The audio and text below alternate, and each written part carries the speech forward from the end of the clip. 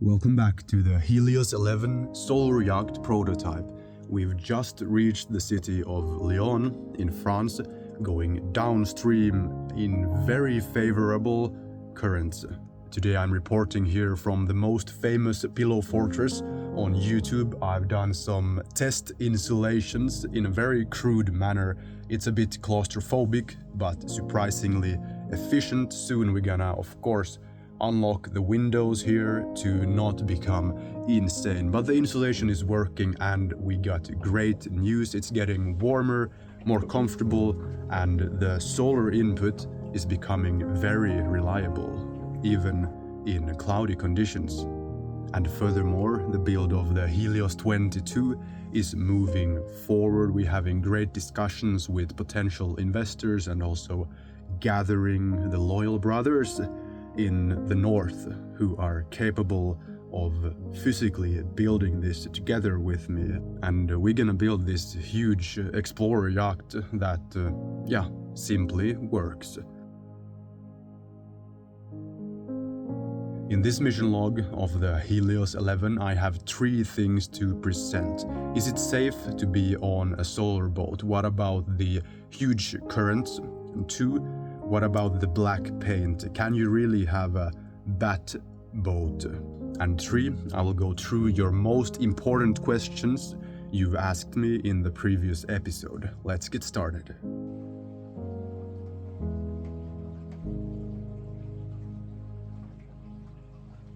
So one of my viewers reached out to me about my health. In my previous video, I had a cold, and you may still hear a bit of that in my throat. So the brotherly concern you had was about EMFs, and I thought about that deeply, and then I compared it to living in a normal house. So in the boat here, the maximum current is 6 kilowatts. It's a DC current, and it's only very close to the engine.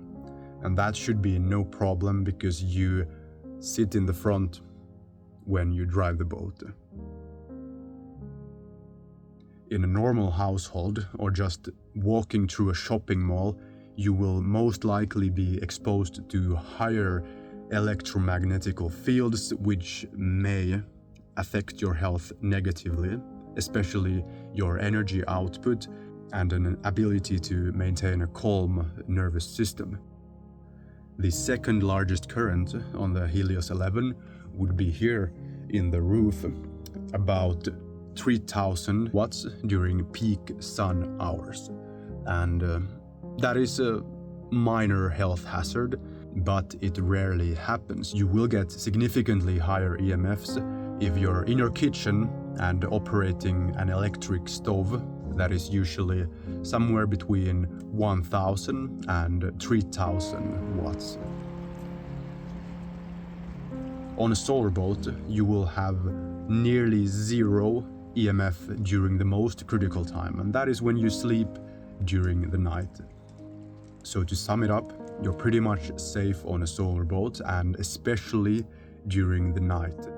That said, I will take actions to significantly reduce the EMFs, for example, using copper panels, crystals, and copper Faraday cages around critical areas when I build the Helios 22, because there we will have up to 30,000 watts from the solar, and that becomes a significant health hazard. So we need to be aware of any upscaling of the solar systems, and we should definitely not place the batteries near places where people spend time. So positively for the Helios 11, the batteries and the engine are far away from places where you spend long times at.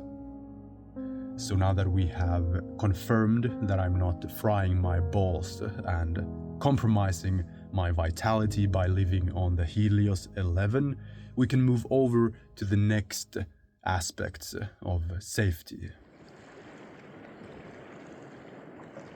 Alright, safety. I do not care about safety that much, but I'm also not an idiot. So what happens with the current boat, the prototype that I built in my backyard on an extremely low budget? What happens if I lose motor function in the middle of somewhere? What if the engine breaks or the batteries run out? I can go through one scenario first that actually happened to me, but the danger was not imminent. So I was cruising through the Nordic archipelago in the middle of the night. I was pushing it a bit too far because I was still escaping the Nordic winter. I wanted to get as far as possible, and I took advantage of the weather window. There was not that much wind. I had a couple kilowatts of battery left and kept moving forward throughout the night in the outer parts of the archipelago. I'm gonna show that exact location here on the map so you can understand the situation. We had roughly 5 meters per second of wind when I realized that we're really low on battery, headed toward the closest island with a okay anchorage, moving at roughly 2.5 to 3 knots, and just in front of the island I heard a beep, and it was not so terrifying. I checked my surrounding, complete blackness. I checked the maps and realized I've arrived at the anchorage. I put out my flashlights and could see the island and calmly threw the anchor and immediately went to sleep because I was exhausted. Maybe that was the reason I pushed the system too far, but I'm happy I pushed the system too far. Then I could experience what really happens when you go to zero battery. If this would have happened in the open sea, we take the archipelago as an example here, as a moderate danger, I would have simply anchored. If it's too deep, I would let the wind take me somewhere where I can anchor. If the wind takes me in the wrong direction, I would lift up my backup sail and try to get somewhere. I have a 6 square meter backup sail on the Helios 11, and I can set up an emergency rudder as well to improve the control, because most of the steering of the Helios 11 is actually done using the engine, using the motor.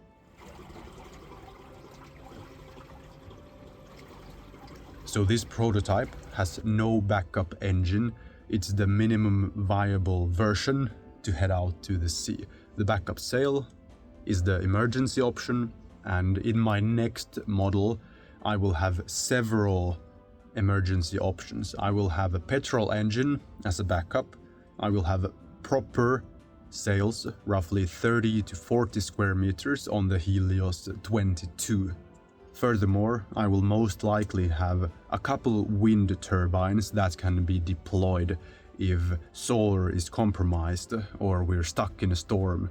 If you're stuck in low sun, rough conditions, a monohull is perfect to just anchor, and then you deploy these wind turbines to get 24/7 electricity input in your batteries, and hopefully that would charge up the batteries to significant levels, and then you can head out when the weather gets a bit clearer.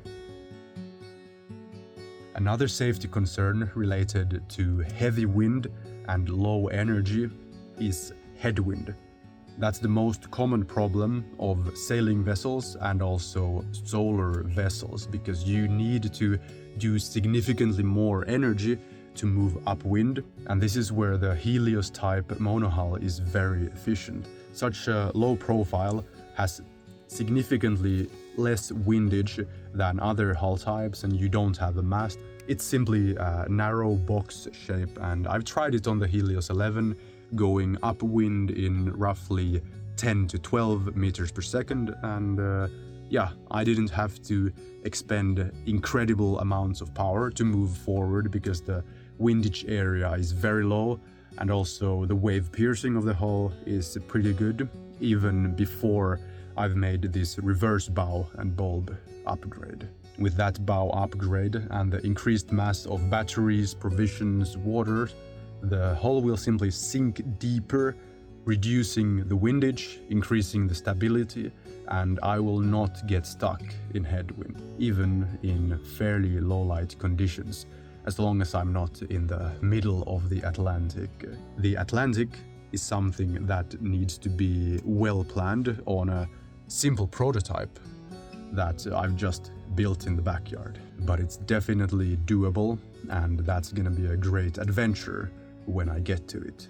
And this is interesting. Here are some quick numbers about the headwind performance of the Helios 11 that I've seen firsthand, and then we can take this and think about how well a bigger boat that sinks even deeper could perform in headwind.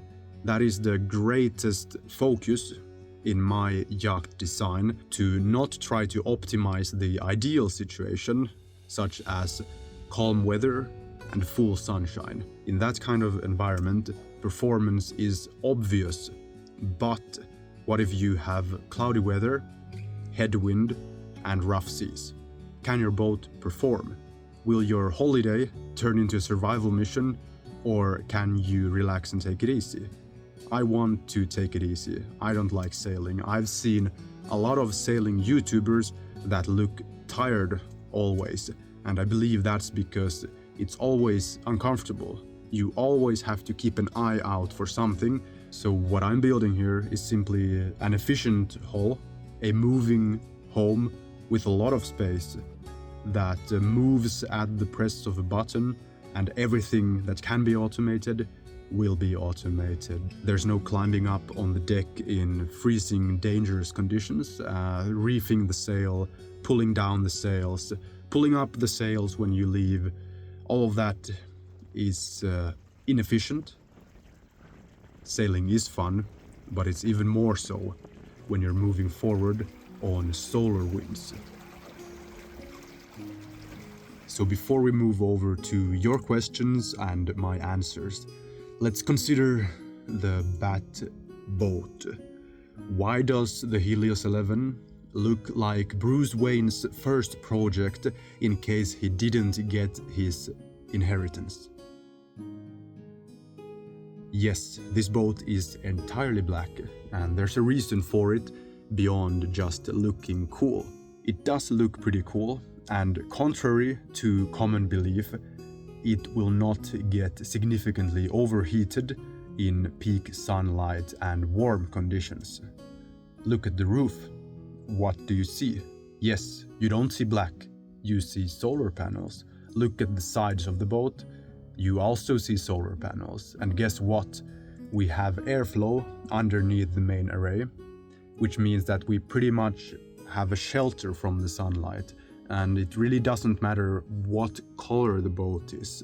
The sides will get pretty hot, but it's not a critical problem as long as I don't go to extremely warm climates. It may be a problem, we need to test it out, but the main heat incoming would be on the roof and on the upper sides of the boat, and on those surfaces we have solar panels, so it doesn't matter if my boat is black or gray or white. The black paint job is actually favorable in most conditions that I have designed my lifestyle around: Mediterranean and the Nordics. I will not most likely spend time in the hottest tropics, but if I want to, I could consider a slightly lighter paint job, but still keeping it dark. One of the core reasons I chose a completely black paint job is that it looks good even though you don't put too much precision into the overall build. All of those small imperfections are hidden. A black or dark paint job simply looks good even though there's not a lot of detail. I barely need any stripes and it's already looking okay. I will add some stripes and keep most of the entire hull black, and this makes maintenance also easier. If there's any scratches or imperfections, the black paint job is surprisingly easy to maintain. If you look at the dark paint job from a more technical angle, it will actually reduce the cost, the initial cost and the maintenance cost. The build complexity, or more of the paint job complexity, and instead you can invest into better batteries, perhaps a bigger boat, and then I keep it explorer aesthetic. I do not need a pearl sitting in a marina. I don't need a fine polish. I need something that is apocalypse ready, luxurious, and safe. The final note about the paint job: it simply goes well together with the solar panels, and I guess a completely white or dark blue paint job would also be pretty good, but as long as you are not entirely sure that you can have completely black or uniform solar panels, everything just looks good easily if you have an entirely black or dark gray color scheme. The panels usually are dark blue or black, so if you design your own solar yacht, make sure to take those colors into consideration. And here, if you're truly interested in building or designing your own solar yacht, you can take a look at these manuals I've written. I will also soon publish the exact blueprints for the Helios 22 and the Helios 11. They're gonna be very low price. I will not charge thousands of euros for plans. Now back to the video, we will take your 6 most important questions, starting with number 1.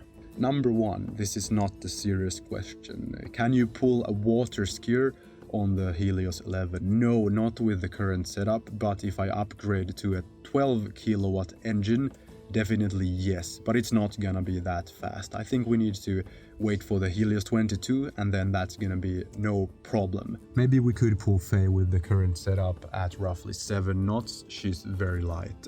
Moving forward, producing electricity using underwater currents. Yeah, kind of, but I don't see this being reliable that often, so it's not worth the hassle. The e-propulsion 6 kilowatt motor I currently have does have hydro generation up to 1 kilowatt, but it only kicks in at speeds above 4 knots, and only above 7 knots does it really become significant. So yeah, bigger hydro generators could be viable, but my intuition says that I will not test it out. This is the best one so far. Will I make those adjustable solar panels that I've been hyping up in previous videos? Actually no. The solar input is far more efficient than I've expected, so there's no reason to do that. There are other upgrades that are more significant. You could, of course, make the panels adjustable, but that's gonna increase mass on the roof. That's the worst place to put mass. It's gonna lift up the panels slightly. You're gonna increase the amount of structures and mechanics you need to have. It's gonna increase the build complexity and the costs. And instead, you can simply make a bigger boat.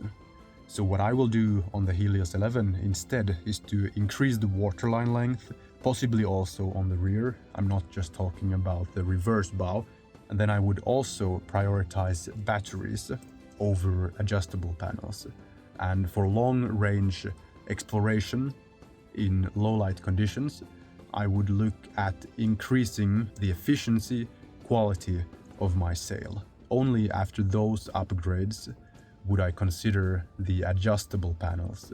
And here's the secret: the solar panels on the Helios 22 will not be adjustable. It's such an increase in complexity that I would rather build a bigger boat. Here's another one, funny but serious. It's important to add clarity here. So in my previous video, I made a joking remark that I could sell the Helios 11 for $100,000. It's not a production boat, that is just the value it brings me. Or actually, the value the Helios 11 brings me is closer to, let's say, $300,000. I would rather have this than a house at the beach. And let's continue. If you would add 1,000 kilos to the Helios 11, that currently is 1.1 tons, you would get significantly improved comfort. The windage would become smaller, and the 1,000 kilos would imply roughly 100 kilos of hull reinforcement, 800 kilos of pure batteries, some solar upgrades and a bit of living systems. Keep in mind, we already have pretty much everything we need. Kitchen, toilet, water maker is like 12 kilos. So whatever you add to the Helios 11 configuration is pretty much only performance. At this mass, it would require maybe 30-40% more propulsion, so I would upgrade it to a 8 to 12 kilowatt motor. Can we go upstream? Yes, as long as the upstream is roughly 5 knots or less. At 5 knots, it's not fun. At 4 knots, it's not that fun. At 3 knots, it's doable. At 2 knots, you barely notice it if there's enough sunlight. At 1 knots, you're good to go. And in reality, I will not return to the canals. I will take the open seas anytime rather than going through the locks. And that leads me to the next video, where we hopefully have reached the Mediterranean. We are roughly 3 days from the Mediterranean. As soon as the locks open, they are overflown, the Helios 11 will be free. So I look forward to that, and I'll see you in the next video.